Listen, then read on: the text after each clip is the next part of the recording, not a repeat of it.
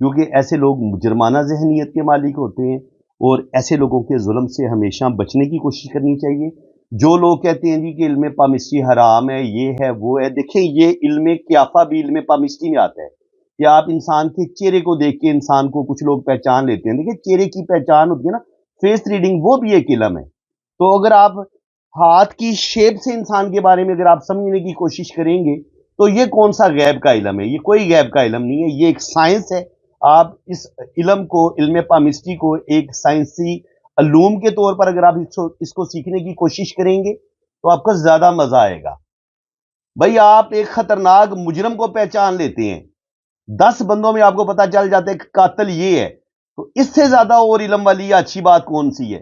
سب سے جو بری بات یہ ہے کہ ہم مسلمانوں میں جہالت کی بات یہ ہے کہ ہم نہ علم خود سیکھتے ہیں نہ کسی کو سیکھنے دیتے ہیں۔ تو خدا را اپنی اس جہالت سے باز آ جائیں، نالج کو سیکھیں، انسان کے جسم پہ ریسرچ کریں۔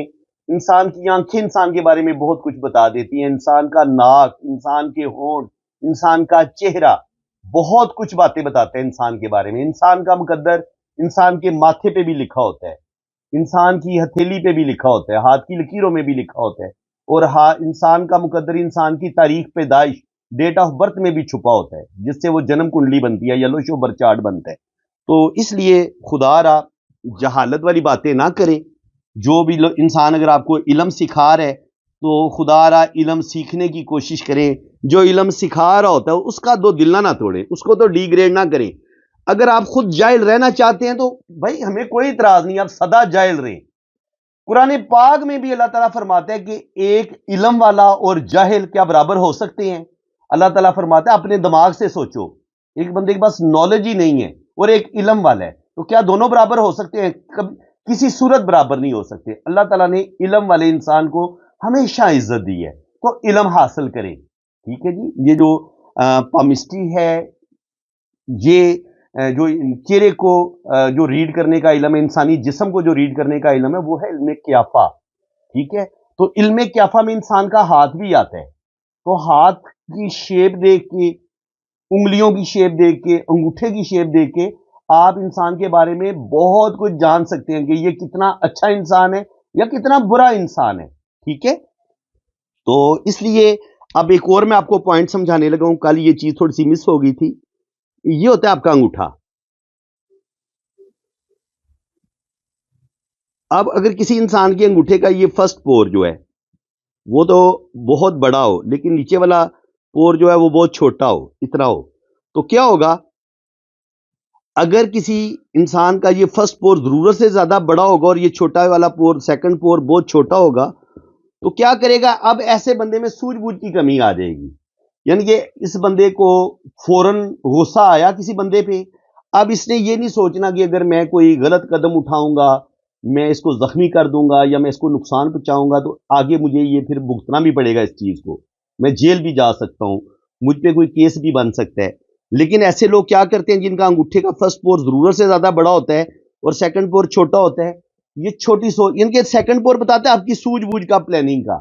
جب سوجھ بوجھ آپ کی بہت کم رہ گئی، آپ کی ول پاور بن گئی، یعنی کہ آپ کا یہ ایکشن ہوتا ہے نا، یہ ایکشن پلان ہے، تو آپ ایکشن، زبردست ایکشن لیتے ہیں اگر آپ کا فرسٹ پور بڑا ہوگا، یہ ہے ایکشن۔ اور سیکنڈ ہے آپ کی پلاننگ، سوجھ بوجھ۔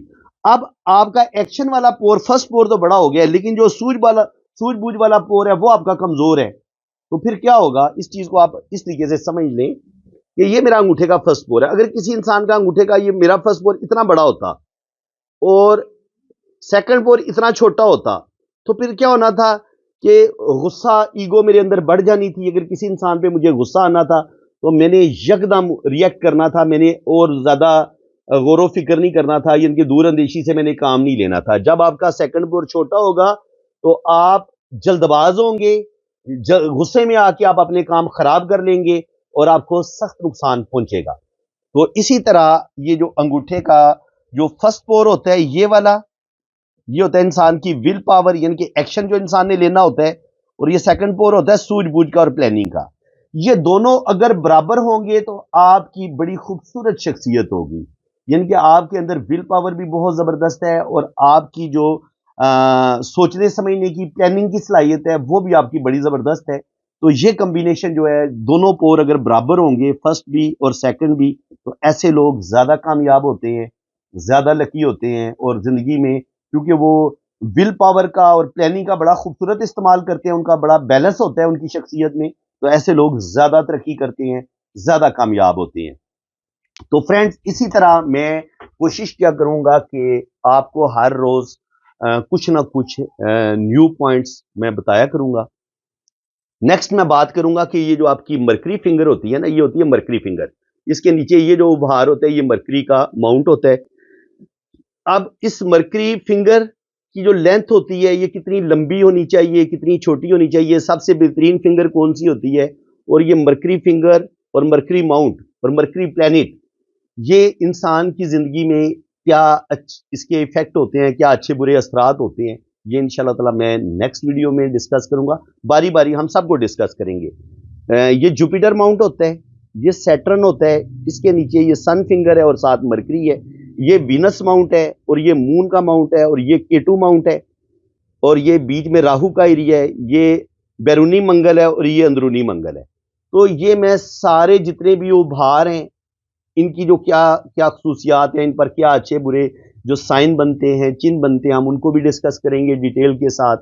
اور ساتھ ساتھ جو ہے وہ علم پامسٹری جو لائنوں کا علم ہے اس کو بھی ہم بڑی ڈیپلی اسٹڈی کریں گے.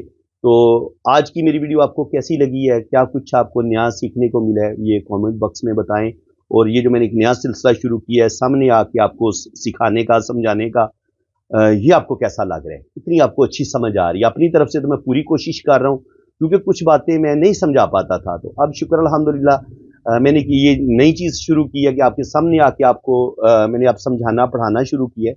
تو مجھے یہ بتائیں کہ آپ کو میرا یہ سکھانے کا انداز, سمجھانے کا انداز کتنا اچھا لگ رہا ہے, یہ کتنی آپ اس میں بہتری محسوس کر رہے ہیں, اور آپ کس ٹاپک پہ ویڈیو بنوانا چاہتے ہیں, ان کے لائف لائن کے بارے میں, دماغ کی لکیر کے بارے میں, شہرت کی لائن کے بارے میں, قسمت کی لائن کے بارے میں. تو انشاءاللہ تعالی جس چیز کے بارے میں بھی آپ کامنٹ سیکشن میں آپ کچھ بھی اپنی رائے دیں گے تو میں انشاءاللہ تعالی اس ٹاپک پہ بھی ویڈیو بناؤں گا. اب دیکھنا یہ ہے کہ آپ لوگ کس ٹاپک پہ ویڈیو بنوانا چاہتے ہیں.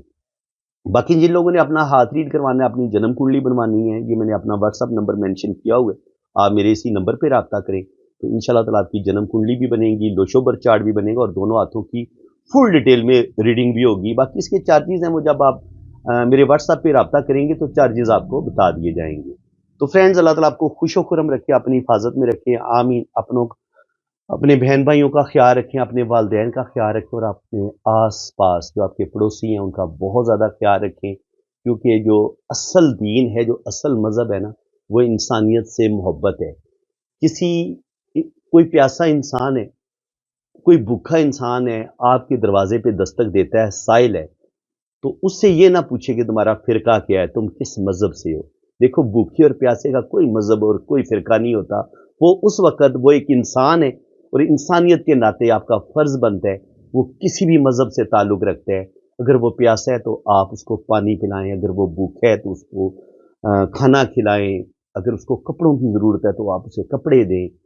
تو یہ عمل اللہ کو بڑا پسند ہے. اور یاد رکھیں, نماز, روزہ, حج, زکوٰۃ جتنی بھی آپ عبادت کرتے ہیں یہ آپ اپنے لیے کرتے ہیں. اللہ تعالیٰ کو آپ کچھ بھی نہیں دیتے, نہ اللہ تعالیٰ کو آپ کی عبادت سے کچھ ملتا ہے.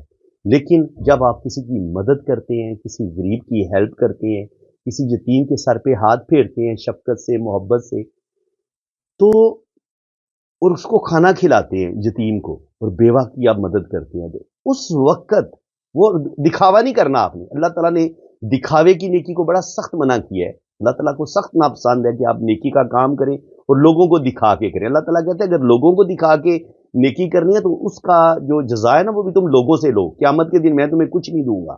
تو آپ کا ہر عمل خالص اللہ تعالیٰ کی رضا کے لیے ہونا چاہیے, اللہ تعالیٰ کی خوشنودی حاصل کرنے کے لیے ہونا چاہیے. تو آپ دیکھیں گے جب آپ کسی یتیم کو کھانا کھلائیں گے, کسی بیوہ کی مدد کریں گے, تو دل کے اندر اس وقت آپ کو دل کے اندر ایک خوشی محسوس ہوگی. تو وہ خوشی کیا ہوتی ہے؟ وہ اصل میں رب کی خوشی ہوتی ہے. رب جو ہے وہ آپ کے دل کے اندر ہے, آپ کی روح کے اندر ہے. تو جب رب مسکراتا ہے, رب اللہ تعالیٰ خوش ہوتا ہے, تو وہ خوشی چونکہ اللہ تعالیٰ آپ کے دل کے اندر ہے, تو وہ جب رب خوش ہوگا تو آپ کے دل کے اندر